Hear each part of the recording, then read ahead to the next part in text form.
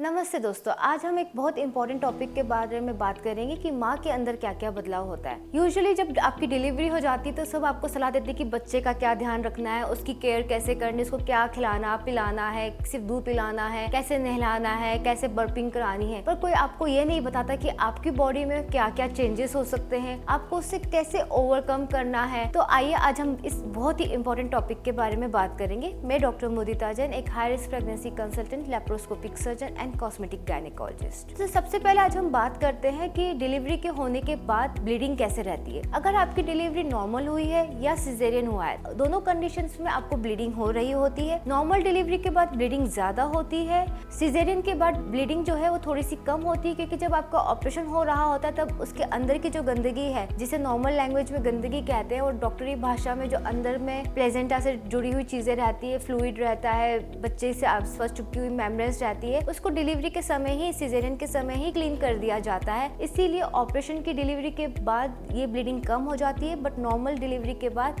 चूंकि यूट्रस को सब कुछ अपने आप ही अंदर से क्लीन करना रहता है, तो ये ब्लीडिंग थोड़ी सी ज्यादा चलती है। अमूमन ये ब्लीडिंग जो है 45 दिन तक यानी कि 45 डेज तक चल सकती है, इसलिए आपको इसके बारे में घबराना नहीं है। इनिशियल कुछ 4-5 दिन तक जो ब्लीडिंग रहती है वो लाल कलर की हो सकती है, उसमें कुछ कतले गिर सकते हैं, कुछ झिल्ली जैसा निकल सकता है, मेम्ब्रेन्स जैसा निकल सकता है।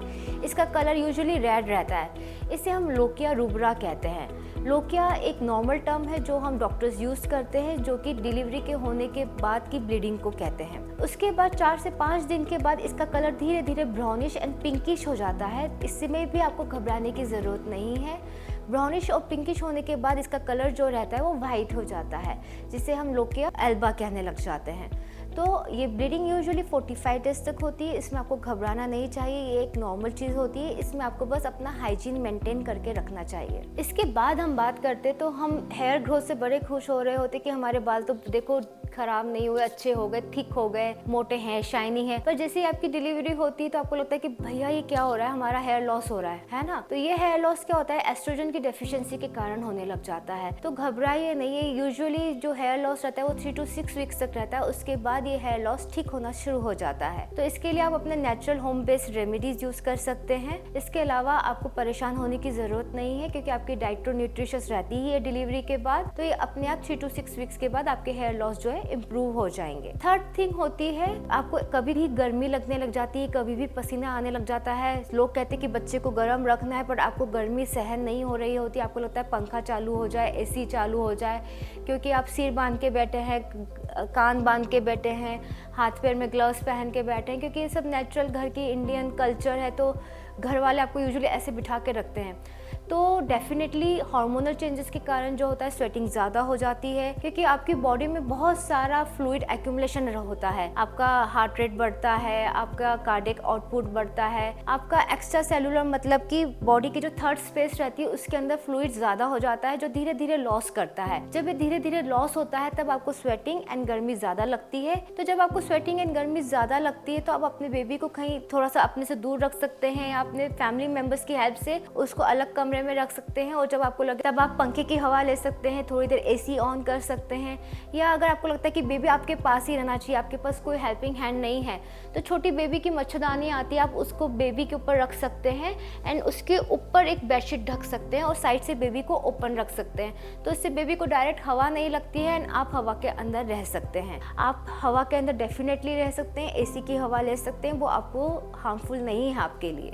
अब अगर हम बात करते हैं ब्रेस्ट चेंजेस की, तो देखिए डेफिनेटली ब्रेस्ट चेंजेस बहुत ज़्यादा होते हैं। आप ब्रेस्ट फीडिंग शुरू करते हैं तो उसके कारण ब्रेस्ट एनलार्जमेंट होता है, साथ ही साथ मोनोटोमरीज ट्यूबरकल्स बनते हैं, निपल्स ब्लैक हो जाते हैं। अगर आप बेबी को ढंग से फीड करा रही हैं तो आपको लम्प्स वगैरह फील नहीं होंगे, पर अगर आप बेबी को फीड नहीं करा पा रही हैं तो हो सकता है आपको लम्प्स बन जाएं। कई बार बेबी जो है फीड करते समय निपल पे अल्सर कर देते हैं, काट लेते हैं, उसके कारण पेन भी हो सकता है। या आपका बेबी कम फीड कर रहा है तो उसके कारण आपका ब्रेस्ट जो है एनगॉज रह सकता है, जिसके कारण भी आपको पेन हो सकता है। तो इससे घबराइए नहीं, टाइट ब्रास पहनने की कोशिश कीजिए और कोशिश करिए कि एक ही टाइम में आप बेबी को जो है एक ब्रेस्ट से फीड करा रहे हैं और नेक्स्ट टाइम में सेकंड ब्रेस्ट से फीड करा रहे हैं, तो इसके आपको एनगॉजमेंट कम रहेगा रखिएगा। कई बार बेबी की क्राई सुनते से ही जो रहता है मिल्क का एक्सप्रेशन शुरू हो जाता है, तो उसके लिए आप ब्रेस्ट पैड लगा सकते हैं। अगर आप वर्किंग हैं तो आप ब्रेस्ट पैड डेफिनेटली यूज कर सकते हैं। और कई बार अगर आप वर्किंग हैं, आपको ऑफिस जाना रहता है बेबी को छोड़ के, तो आप ब्रेस्ट मिल्क को एक्सप्रेस करके फ्रीज में रख सकते हैं ताकि बेबी आपका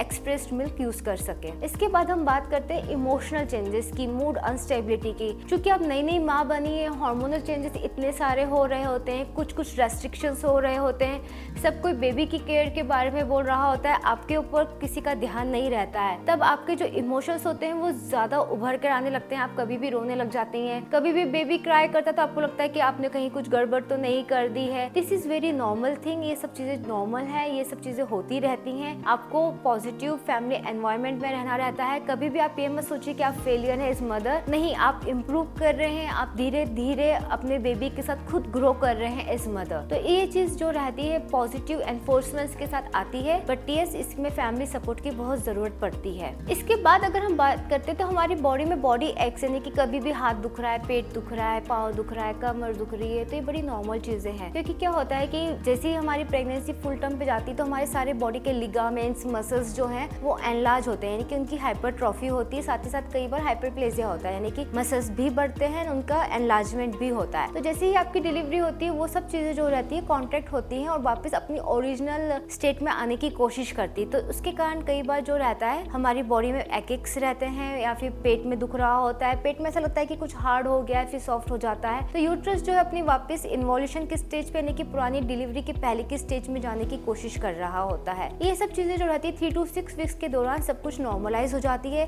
तो ये सब चीजें आपके लिए नॉर्मल होनी चाहिए, ये सब चीजें नॉर्मली होती रहती है। इस दौरान आप चाहे तो बॉडी में मालिश करा सकते हैं, मसाज करा सकते हैं, ऑर्गेनिक ऑयल यूज कर सकते हैं, या फिर देशी ऑयल्स होते हैं जिसमें बहुत सारी आयुर्वेदिक चीजें मिक्स होती है, वो आप यूज कर सकते हैं, उससे बॉडी मसाज करा सकते हैं। इसके बाद हम बात करते हैं, कई बार हार्मोन्स के कारण जो रहता है आपके जो बाउल और ब्लैडर है, यानी कि पेशाब की जो थैली है वो कई बार लूज हो जाती है, उसके कारण बार बार आपको पेशाब लग रही होती है, आप कई बार पेशाब को कंट्रोल नहीं कर पाते हैं।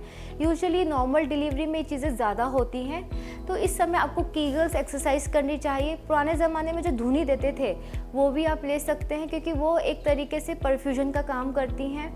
एंड साथ ही साथ कीगल्स एक्सरसाइज जो रहती है वो आपको नीचे की पेरिनियम एंड ब्लैडर की जो मसल्स है उसको स्ट्रेंथनिंग प्रोवाइड करती है, जिसके कारण आपको ब्लैडर में कंट्रोल इजीली आ जाता है। तो कीगल्स एक्सरसाइज एंड फिजियोथेरेपी के बाद आपका जो ये यूरिन लीक है, ब्लैडर कंट्रोल है, वापस आ जाता है एंड ऑलमोस्ट 3 to 6 वीक्स में ये इम्प्रूव हो जाता है। कई बार कॉन्स्टिपेशन भी होता है, तो उसके लिए आपको हाई फाइबर डाइट लेने की जरूरत पड़ती है, क्योंकि हार्मोन्स के कारण ब्लैडर, बाउल दोनों चीजें अफेक्ट हो रही होती है। तो ये चीज आपको बड़ी इंपॉर्टेंट ध्यान रखने की होती है कि डिलीवरी के बाद बहुत सारे चेंजेस होते हैं। 99% जो चेंजेस होते हैं वो नॉर्मल होते हैं, इसमें आपको परेशान होने की जरूरत नहीं है। ये धीरे धीरे धीरे आपकी बॉडी जो है रिकवर कर जाती है। तो यूजुअली 3 to 4 वीक्स लगते हैं, या ऑलमोस्ट मान के चलिए कि जो 1.5 महीना, सवा महीना हम बोलते हैं कि माँ को जो है प्रॉपर डाइट लेना चाहिए, रेस्ट लेना चाहिए, हेल्दी डाइट मेंटेन करना चाहिए। तो ये पूरे 45 डेज का जो आपका जापा रहता है वो आपको प्रॉपरली मेंटेन करना चाहिए, मैनेज करना चाहिए। हर महिला की प्रेगनेंसी और पोस्टमार्टम जो रिकवरी होती है अलग अलग होती है। हर महिला की बॉडी को हील होने में टाइम लगता है। अगर आप भी अपने पोस्टमार्टम चेंजेस से गुजर रहे हैं तो घबराइए नहीं, 99% चीजें जो रहती है वो नॉर्मल रहती है। आइए हम सब मिलके इस अवेयरनेस को फैलाते हैं। अगर आपको हमारा ये वीडियो ठीक लगता है और आपके घर में कोई डिलीवर होने वाला होता है और उसको इस बारे में जानकारी चाहिए, तो उसको डेफिनेटली हमारा वीडियो फॉरवर्ड करें, हमें सब्सक्राइब करें और इस टाइप के और हेल्थ वीडियोस के लिए हमें फॉलो करें।